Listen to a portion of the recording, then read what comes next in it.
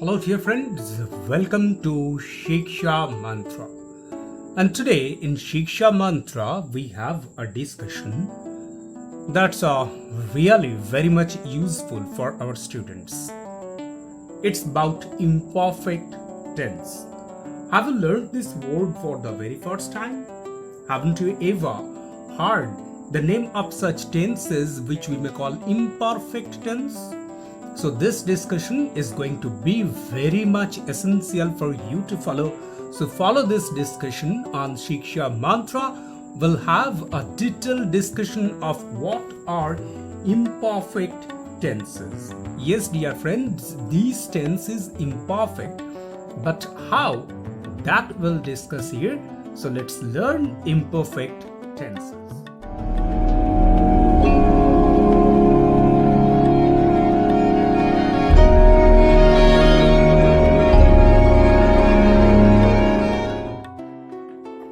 Before we start our discussion, let me draw something. I know I'm not very much good in drawing, but somehow I'll try my best so that you can get a good idea of what it is. So the man, I have drawn a man or someone like a man. You probably might call me what he is doing. Yes, dear friends, we can very easily say that this man is running. So the verb that has been associated with this particular man is run. Now, at the time of the discussion, we can watch this particular man getting from here to there. That means he is in the action. Now what you can say? You can say the man is running. The man is running now. So you can have the discussion like this. You can have the expression like this. The man is running now. So this is only one option. You have another option. You may write down the same sentence without using now. So you may write down the man is running. So this is what we call present progressive or present continuous tense. So this is present progressive or present continuous. So we have two different names for this, progressive as well as continuous. Now the problem is, if there's now the time indicating adverb, there won't be any problem. You could easily understand that here the speaker is after producing a present continuous tense or present progressive tense. But what happens if it comes without this now? The trouble starts from there. So you can decide whether it is present continuous or something else, because we must remember when the action is going on right before our eyes, we'll call it what? We'll call it immediate or real present. Yes, dear friends, just remember these terms, immediate or real present. It is related to that imperfect tense. Now why I'm saying it's related to the imperfect tense? Because sometimes it happens the work or the activity is going on right before our eyes, and we have a tendency to produce the sentence in present progressive. But here we must remember that sometimes it may happen that we can't produce the sentence in present progressive, rather we can produce this sentence in simple present as well. We may say the man runs. That means we have produced this sentence in which tense? We have produced this sentence in simple present tense. So both the options are there. It doesn't matter whether the action is going on or the action is there in its way, or it's not going on at present when the sentence is produced. We can do this. If we say the man runs every day, it means right now the man is running right before our eyes. So it's happening now. Still we produce this in simple present tense. And the same thing happens with present continuous as well. Present continuous doesn't mean every time we produce a sentence in present continuous, it must happen right before our eyes. How? If I say, he is reading a novel. So do you think reading a novel is possible in one sitting? Obviously it is not. So he might have read it and leave it for some times and then read. So it might continues for some days. So it's continued. It's continued for some days. And here comes the problem.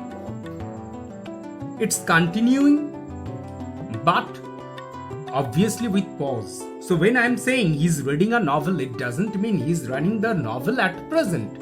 Probably the activity, the task is on. And again, it might happen that this particular novel is being read when I'm producing the sentence. So two options are there. One is the activity is happening right before our eyes, and the other is the activity is not happening right before our eyes, still we are producing it present continuous because it's on the go. Now, when you observe the live commentary in a cricket match, suppose there the commentators say Sachin hits a 6, or the ball goes over the boundary. So what's happening here? Everything is happening right before the eyes of the audience or the spectators and the commentators as well. Still they are producing it in simple present tense. Why? Because in a live commentary of sports events, we produce simple present tense. We don't produce it in present continuous tense. But what happens here? Let me draw another picture. Suppose this is our Jidan.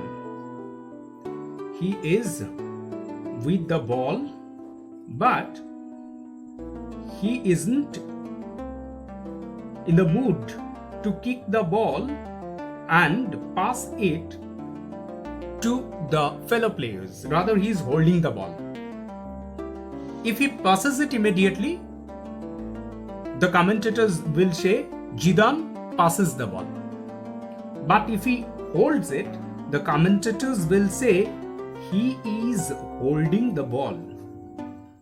He is holding the ball. Now what comes here? Here, two possibilities has come to our students. For an activity that might on the go or might not, you have two possibilities to produce the sentence, either in simple present or in present progressive, and here we call it imperfect tense because you can't have a proper idea how to manage this imperfect tense. The tense remains imperfect. There you have two possibilities. That's why we call it imperfect tense. Now how to find out whether it is imperfect tense and whether we have to use present progressive or simple present. Let me show you a very simple idea from this. Jidan is holding the ball. That means I am considering it as a point. I am considering the time as a point. Jidon is holding the ball, the time is considered only as a point. But Jidon passes the ball.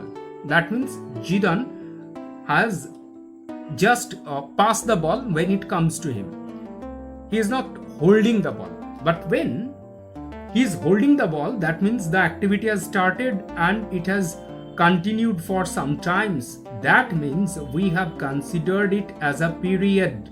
And when it is considered as a period, we use what? For period, we use present progressive. So when it is considered as a point, it doesn't matter whether the activity is going on or it's actually not going right before our eyes, but we consider it as a point.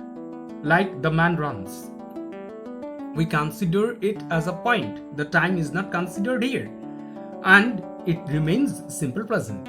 But when we consider it that man is running, that means it has started and it will continue for some times. That means we are considering when an activity has started, obviously it would get limited. It's not limitless, rather it is limited. So when it comes the term with limit, we consider it as present continuous or present progressive tense. And this is the idea of imperfect tenses. Obviously it will come to help. You have to remember these points and note down. If you like, we are returning very soon with a fresh video like this. Stay tuned to us and obviously like, share and subscribe this channel. We are returning very soon with another such beautiful video on English grammar, on Shiksha mantra. Like and subscribe the channel. We are returning very soon. Happy learning.